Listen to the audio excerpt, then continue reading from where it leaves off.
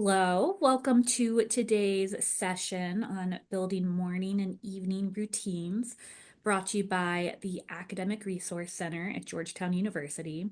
Today, we're going to go over some things to keep in mind if you are struggling to maintain consistency or maintain good habits, either at the beginning of your day or the end of your day.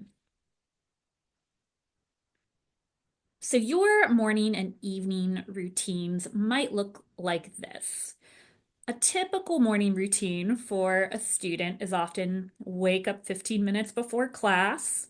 Maybe if you're lucky, eat a granola bar on the way to class. Maybe you stumble into class around 5 minutes late, but you made it. You're getting where you need to go, but this is an example of a routine in crisis. You have a routine in place, but it's not what you want it to be. And it's not providing you with really much of anything to help you have a better day.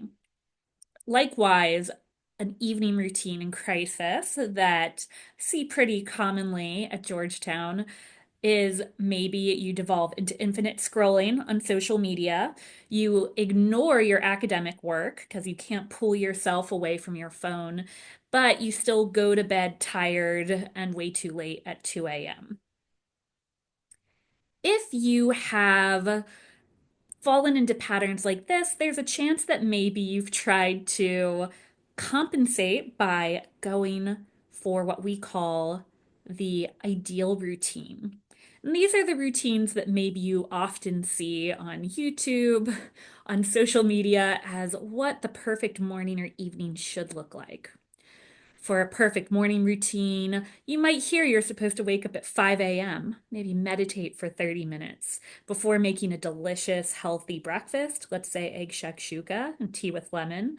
And then you're going to do exercise, of course, every morning. Yoga or cardio sounds perfect. And then maybe leave for class 20 minutes before it starts. That's the dream. Likewise, the ideal evening routine, maybe you've seen before, is complete social media detox starting at 7 p.m., then reading for fun while drinking herbal tea, then, of course, some casual journaling about your day before more meditation, and going to bed at a lovely 9:30 p.m. So if that's our ideal, or something like that, then this question remains. Why can't you move from your routine in crisis to your ideal routine? What is it that's keeping you from this essentially no routine that's so set that it has become your routine into this ideal, hyper focused, very structured morning or evening routine? And the reason that it's so difficult to shift is that these ideal routines aren't meeting your actual needs. They're based on an idea of what you should be doing with your time, but not what you actually need from these routines. So, thinking about this morning routine in crisis, where you are waking up late before class and not really doing much of anything, the question is, why is it that you're sleeping instead of waking up and doing something more productive with this time, like yoga or meditating or schoolwork? And the answer is pretty simple. You're sleeping because you're tired. What you need is that sleep, and your routines aren't set up to give you that in a way that's more intentional. Likewise, with this evening routine in crisis, why is it that you're taking break instead of doing schoolwork? It's because you need a break. So if you're in these sort of routines of crisis, you are trying to fill your time with what you think you should be doing instead of what you actually need. So you need sleep and you're denying yourself sleep. Instead, that kind of leads to this stress of feeling like you should be doing one thing instead of giving your body what it needs. Likewise, if you are trying to do work and you're just thinking about work, but you can't make yourself start it, you're stuck in this procrastination spiral, then you're trying to give yourself a break that you need, but since you don't intentionally plan for it, you just end up procrastinating and you have the stress of having not taken a break, but that's compounded with the reality of having not done any work. So these things are happening because of needs that you have. You want to, in crafting more intentional routines, avoid fighting what you need. And part of that is identifying what is it that you need in the evening, what is it that you need in the morning, and how can you be intentional about reframing your goals for these evening and morning routines.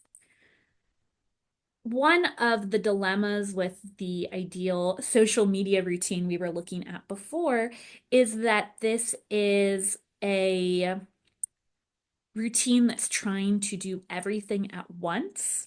And that is a very Georgetown attitude to try to do everything at once, but that shouldn't be your goal with these processes. Don't try to solve all of your problems at once. Instead, use your routines to focus one area that could be improved. So already we've talked about a few different tasks that might be at the heart of one of these routines. Maybe you need to use your morning to focus on how you can give yourself enough sleep. If that's the case, then think about how your evening and morning routines can work together to focus on providing you with that goal.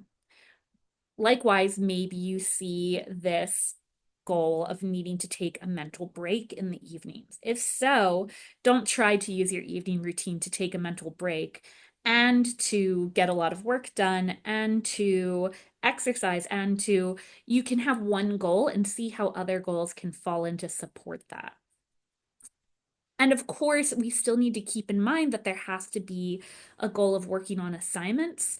So, with that in mind, how can we use these other goals to help support that? Because if you're not getting enough sleep and you're not getting that mental break, then those assignments aren't going to be worked on anyway. So, it's about recognizing that all of these pieces are working together.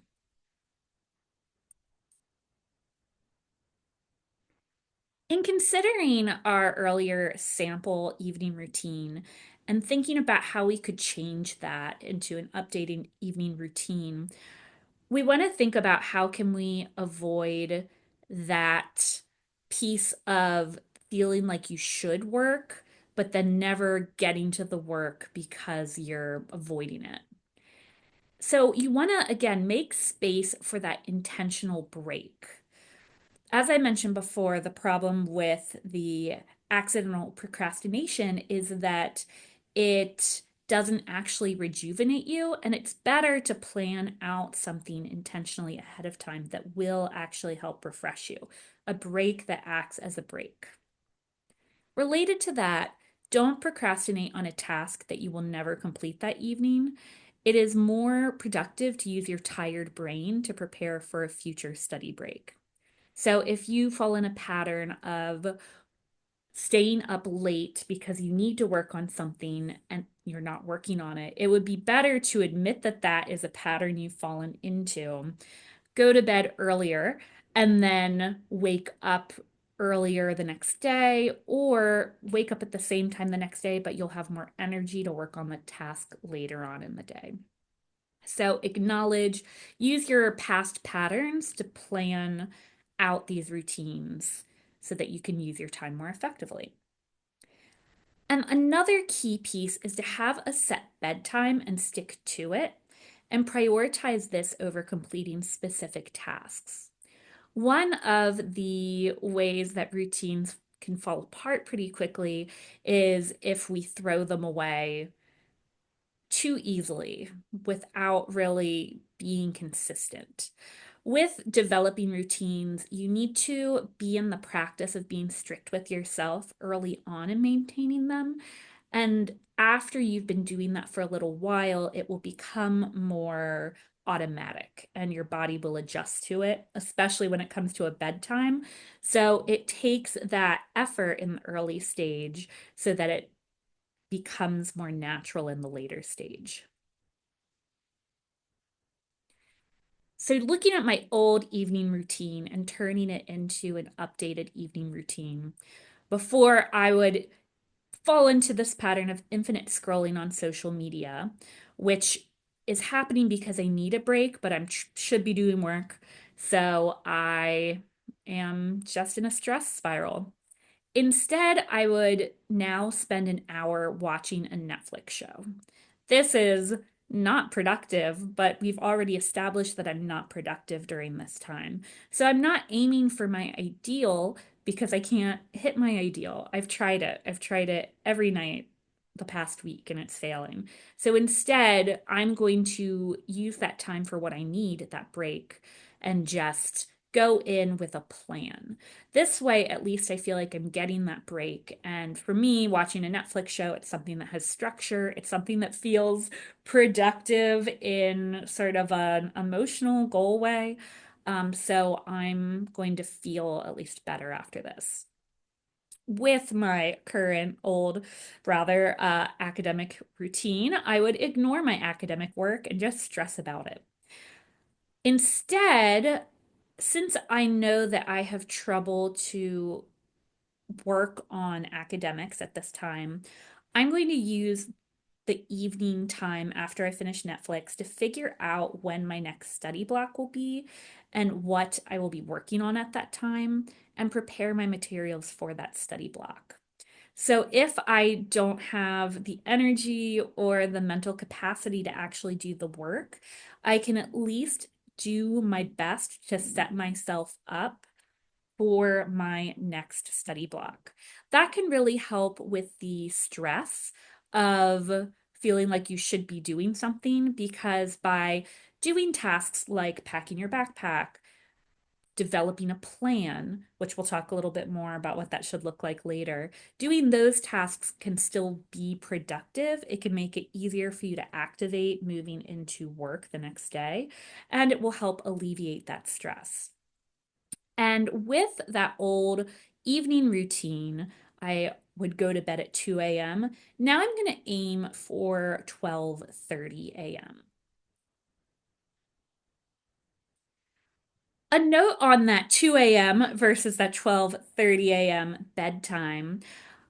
You don't want to make your new routine, excuse me, too different from your old routine. So, looking earlier at that ideal routine with the 9:30 p.m. bedtime versus my, reality of going to bed at 2 a.m., trying to do that right away is not realistic because there are reasons you're going to bed at 2 a.m. And if you try to go to bed so much earlier, it's going to be too drastic a jump and it will be unrealistic to maintain. So you want to try to be realistic and try to create a compromise between how you're really living and what your ideal is. Shift your habits slightly. So for some, if you go to bed at 2 a.m., even going to bed at 12:30 might be too unrealistic. So don't beat yourself up about it. Just try being stern with yourself about getting in bed at 1:30 or 1. Shift those habits slightly and try to get in the habit of supporting those little changes. And once those slight changes become routine, consider adjusting your new habits to align more closely with your needs. So if you really feel strongly about going to bed at 9:30 p.m., the idea is to work to that point. Start with 1 a.m., then midnight, then 11 p.m., then 10 p.m. because doing that jump at once, you're not doing it. So, what would make you do that now automatically? If you aren't already doing a certain habit, there's a reason.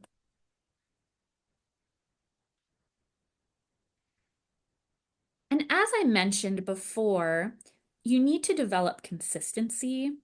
This might sound obvious, but it's not when you're in a university setting. Routines only work if they're routine. Part of what's successful about routines is that you get into a sense of familiarity of doing a certain process again and again. And so then it becomes more automatic and you don't need to think about it. But this can be complicated, especially when it relates to sleep, when you are in a setting like a university where your days start at wildly different times and your evenings end at wildly different times. So you want to make sure that your sleep and wake up times are within a reasonable range from day to day. Realistically, again, that ideal is that you should be waking up and going to bed the same time every day. I don't know that that's realistic. I generally try to aim for within 2 hours of the same wake up and go to sleep time because I think that that accounts for the true facts of what life can look like where you're often staying up really late. And you, especially if you have a paper due the next day or there's an event, and you can't give up on sleep for the sake of sticking to this routine. You still want to give yourself that sleep, especially in winter when everyone's getting sick all the time and you need that sleep to heal. But at the same time, if you're waking up at 2 in the afternoon one day and then 7 a.m. the next day, you're never going to develop that kind of sleep routine. Another note with this is to avoid making exceptions to your routine because once you make one exception, it's a slippery slope. If you know yourself and you know that there will be occasions when you need to change your usual bedtime, for example, if you have a paper due the next day, then consider structuring what those exceptions are and making a note of what your allowances for skipping your bedtime can be. So you might have specific reasons you're allowed to make an exception, and that would be you have a paper due the next day and you need to prioritize it. But with that, you still need to be specific because if you say any homework, well, if you have reading every day, then you're going to fall into this trap every day. Um, the other way to approach this is allowing yourself a certain number of exceptions per week. So, saying maybe 1 or 2 nights a week, you're allowed to break your bedtime routine. But again, if you don't develop consistency, then there is no routine. So, here I have a few different routines for days where I have very different schedules. Monday, I have an 8:30 a.m. class, Thursday a 10 a.m. class. Saturday, no pressure to be anywhere. And just for context, I'm not a morning person. I would love to sleep till 11 every day. That would be great. And I also like quite a bit of time to get ready in the morning. So honestly, like 2 hours before I need to be somewhere would be ideal. For my 8:30 a.m. class, I am planning on waking up at 7:30. This is actually less time than I would like in the morning, but I don't want my early morning time to be too different from my late time, which for me, my late time is on Saturday when I don't have anywhere I need to be. So I'm going to wake up at 9:30 a.m. So that means my earliest time is going to be 2 hours before my latest time. And then my other mornings for my Tuesday, Thursdays, where I have a 10 a.m. class, for those I'm waking up at 8 a.m. So that gives me, I'd love to wake up later, but I like those 2 hours in the morning. So I'm sacrificing my time a little bit on Monday and my sleep a little bit on Thursday, but ultimately it feels like a compromise between the different days so that I'm generally waking up between 7:30 and 9:30. Likewise, in the evening, I'm a night owl. I have the capacity to stay up very late. Um, but I also have 8:30 a.m. classes, so that is a bad idea. So with that in mind, the earlier evenings when I'm going to be waking up earlier, I'm going to be tired. I'm going to try to go to bed at 11 p.m., which is 2 hours before my latest, which is Saturday. Saturday, the weekend, I probably want to give myself an opportunity to stay up later. Maybe there's not even an event. Maybe I just want to hang out and watch a movie, relax. It's Saturday. So my latest time is going to be 1 a.m. Again, I'd be happy to stay up later than that, but I think 1 a.m. is realistic in terms of giving me that staying up late kind of fun that I want. I won't feel like I'm sacrificing anything if I'm going to bed at 1 a.m., but it is still going to keep me from totally throwing off the sleep schedule.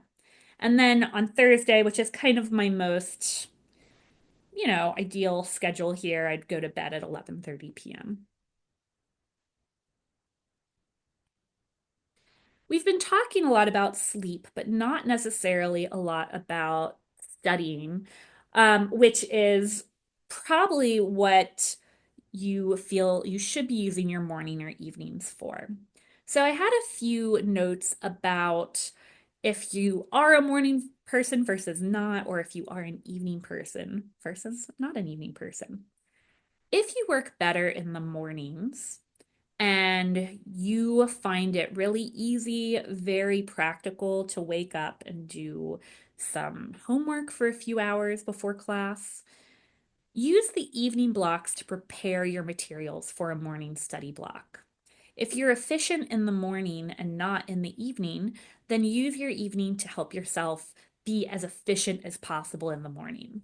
If you can wake up, go to the cafe or the library, start working right away, you don't have to think about getting things together, then that is a great way to use your evening time because it lets you work more in the morning when you actually can focus. Even so, that's a good tip for if you struggle in the morning. So, for example, I do struggle in the morning, and I had that one day where I only have an hour before class. It would be helpful for me to use my evening routine to prepare everything for the morning, including getting my clothes and breakfast ready. That would allow me to still make sure I'm getting what I need in the morning in terms of food without adding the stress. If you work better in the evenings, so let's say that you do work well in the evenings, but you still end up in those procrastination spaces, consider taking an intentional break before moving into a study block. So, with my earlier sample schedule, I showed spending an hour to watch Netflix before moving into another task.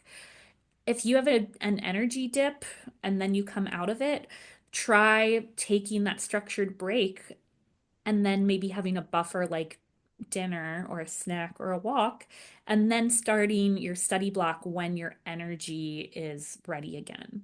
Just because you're taking a break doesn't mean that break can't end, and it'll be easier for that break to end if it has a clear finite end point, such as a dinner break or an episode ending. Alternately, you can start with a study block and limit the time that you spend on it and giving yourself a hard stop time. So if you feel like you often sit and do homework, but then you lose focus and then you move into a procrastination space, pay attention to when in the past you start to lose focus. If it's after an hour or 2 hours, make that the time you stop working. Use your past patterns to figure out your future plans.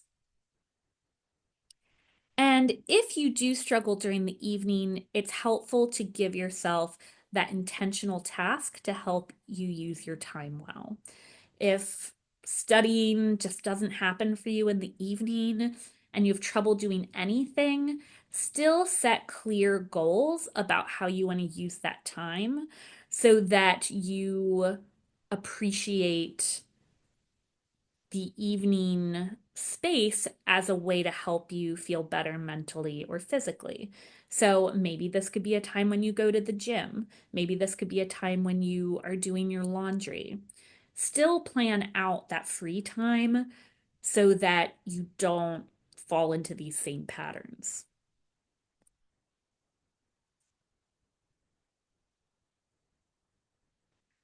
I've been mentioning that you can use the evening to prepare for your study block in the morning, or likewise, you can use the morning to plan for a study block later in the day.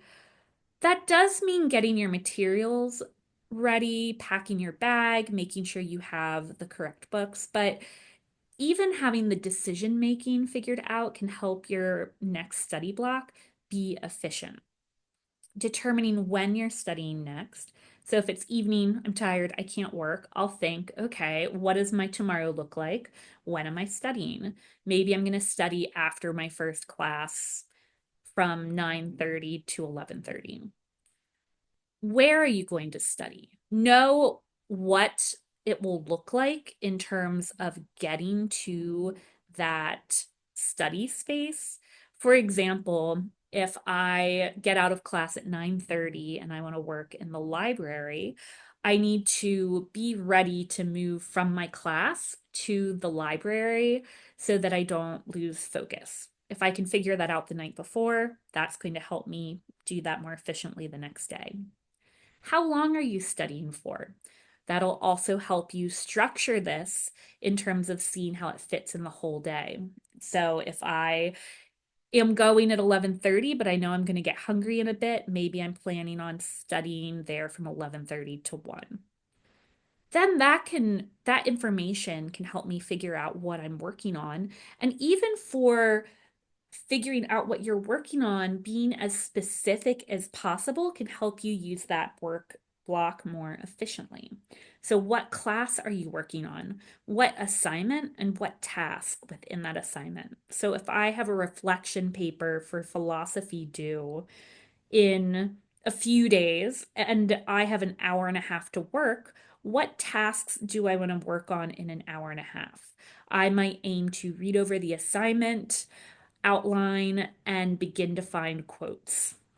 That seems realistic. So even having processed all of that out, that means I'm really going to work for an hour and a half instead of using that block to potentially waste time and hem and haw over what I want to do.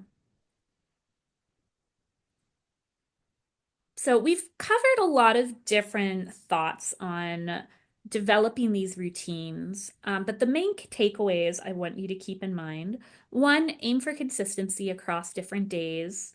Try to keep your wake and sleep times within similar ranges. Target one primary goal when crafting your routine.